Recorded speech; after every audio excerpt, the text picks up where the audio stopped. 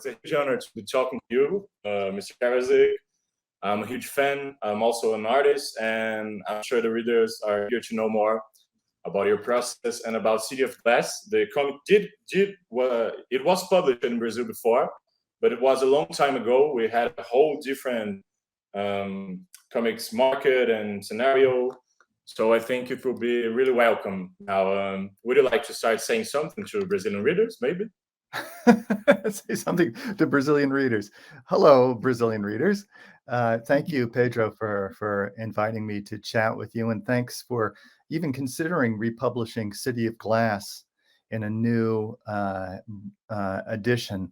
It's very exciting every time another edition comes out. To think that there are a new generation of readers who perhaps haven't discovered this book before, sure, and providing a resource for them to check it out. Cool. So let's start with giving a little context. At what point was you in your career, your life, when you guys made City of Glass? Well, so I guess it must be about 25 years ago, close to that. I should know these things, but I don't. And it's a very peculiar story how it came about, the genesis of City of Glass. It actually started much longer than 25 years ago, because I was teaching at a school in Brooklyn, New York, and Paul Auster's son was in my class. Oh. And yeah, and this was before Paul Auster was very famous. In fact, all he had written was the New York trilogy. Mm-hmm. So I had heard that Paul Auster was an author, and I thought, well, before I meet him to have a parent conference, I should read his books. So I read all of them. I read the New York trilogy, which are 3 short novels, the first of which is City of Glass. And at the time, I don't know about you, Pedro, but I always keep a sketchbook. And I started to make some notes in my sketchbook. I thought, oh, City of Glass, that could make an interesting comic. So I just, doodled around in my sketchbook with some ideas. Even before the whole process began? Oh, years before the process happened. Oh. And then Paul Auster came for a parent conference, and we never even spoke about the New York trilogy, let alone City of Glass, because we had so much to talk about about his son, a delightful young man. And so I never even thought about it again. The book sat on my shelf. The sketchbook sat in my basement. Years went by. In fact, I moved out of New York, and I moved out into a rural location out of the city. And one day the phone rang, just exactly the way that City of Glass starts. It all began with a phone call. That's really dramatic.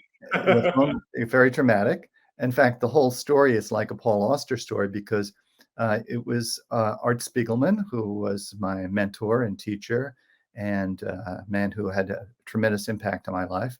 And, we often talk to each other, semi-regular basis. And so we're just chatting. And at one point he said, well, the reason why I'm calling is because I'm helping a publisher in New York start a series of graphic novels adapting contemporary noir fiction into comics. And we started with this first book, and we chose it because it's impossible to do. And in fact, several other cartoonists have tried and just not been able to crack the code. And I said, well, what's the book? And he said, City of Glass. And I said, okay, well, I've already started. It started like 10 years ago. So I went down to the basement and I found my sketchbook, and I started to work on the project.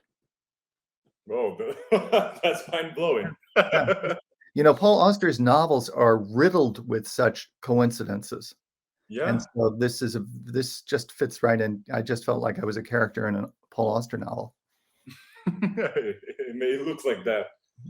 And I've read a Mazzucchelli interview in Comics Journal where he stated that most of these amazing visual solutions in City of Glass actually were created by you. I mean, you kind of nailed the script for this book. Is that right?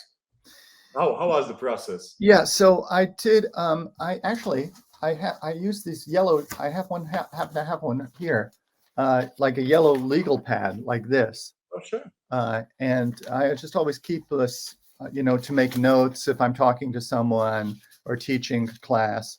But I did the entire sketch. I don't have it. Of course, I don't have it here, but I did the entire sketch on paper like that, lined paper, in which I did a very comprehensive breakdown, but sketched on yellow lined paper like that, with all of the dialogue in place. But before I did that, I took a copy of the book and I made a photocopy, and I underlined with one blue pencil, I underlined all of the bits of dialogue that I wanted to use. And with a red pencil, I underlined all of the things that we could show in the book. So if in comics, you don't need to, if you can show it, you don't need to say it. In fact, if you can show it, you shouldn't say it. And so then I took that and I created a comprehensive sketch for David. And then David did a second version of my sketch. And what David brought to the book, we were extremely fortunate to work together because one of the main characters in the book, of course, is New York City. Yeah. And David's training of having drawn, Daredevil with Frank Miller and having drawn Batman Year One, the best Batman comic of all time. He really knew how to draw New York City. So he really opened up the book. I had a very my layout is kind of claustrophobic, and David brings New York City as a presence in the book and really brought some air, some fresh oxygen into the project. So we went back and forth several times as the sketch tightened up. And then one rainy afternoon, we sat in the loft of Art Spiegelman and Paul Auster and David Mazzucchelli and myself, and we went through the entire sketch panel by panel and word by word. And once everyone was satisfied, David went off and did the final drawing. Oh, that's so cool. And in fact, you know what? This is kind of cool. Take a look at this. David, I said, could I have something from City of Glass? And David said, choose 4 pages. Whoa, it's so amazing. Yeah. So they're not big originals, right? You can see my hand, right? right. That's as big as it is. Yeah. Yeah. So this is the 4 pages I drew because I really wanted to have this. Oh, this sequence is amazing. Sequence, yeah. That with the little screaming head. It's a very wise choice. Yeah, I thought so too. So that's when David worked his magic, and we ended up with this beautiful product. And it was one of those rare projects where everything just fell right into place. It really felt like from the moment that phone call rang, even before, when I read A City of Glass the first time, it was just meant to happen. There was no stopping it. Everyone worked together fantastically. There was no tensions, no disappointments. It just was meant to be. Oh, that's amazing. It shows in the book. I mean, it's so fluid. It's so beautiful. Thank you. Well, I have let's make a question about you now. That's something I really want to ask you. Because you've been in a lot of, you are and have been in a lot of role in comics, right? I mean, you've been an editor, writer, artist, essayist, theorist, and even a teacher. You also explore the medium as a comic book artist, not only in graphic novels, but also in single panel cartoons. And it can be maybe a vague question, but what do you feel you're searching for? Oh, what do I feel I'm searching for? I'm searching for making a living.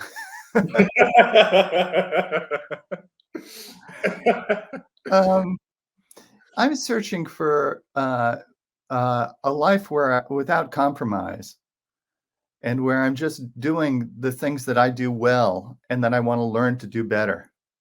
Sure. So in fact, I don't really make much of a living doing this work. It's freelance work, but I don't have a huge bookshelf of my work. I haven't drawn Spider-Man for 25 years. Sure. But I couldn't draw Spider-Man for 25 years. I'm always thinking about the next project, and the next project isn't often the project that I'm thinking of. So I'm just walking along and suddenly something grabs me by the tie and yeah, off I go.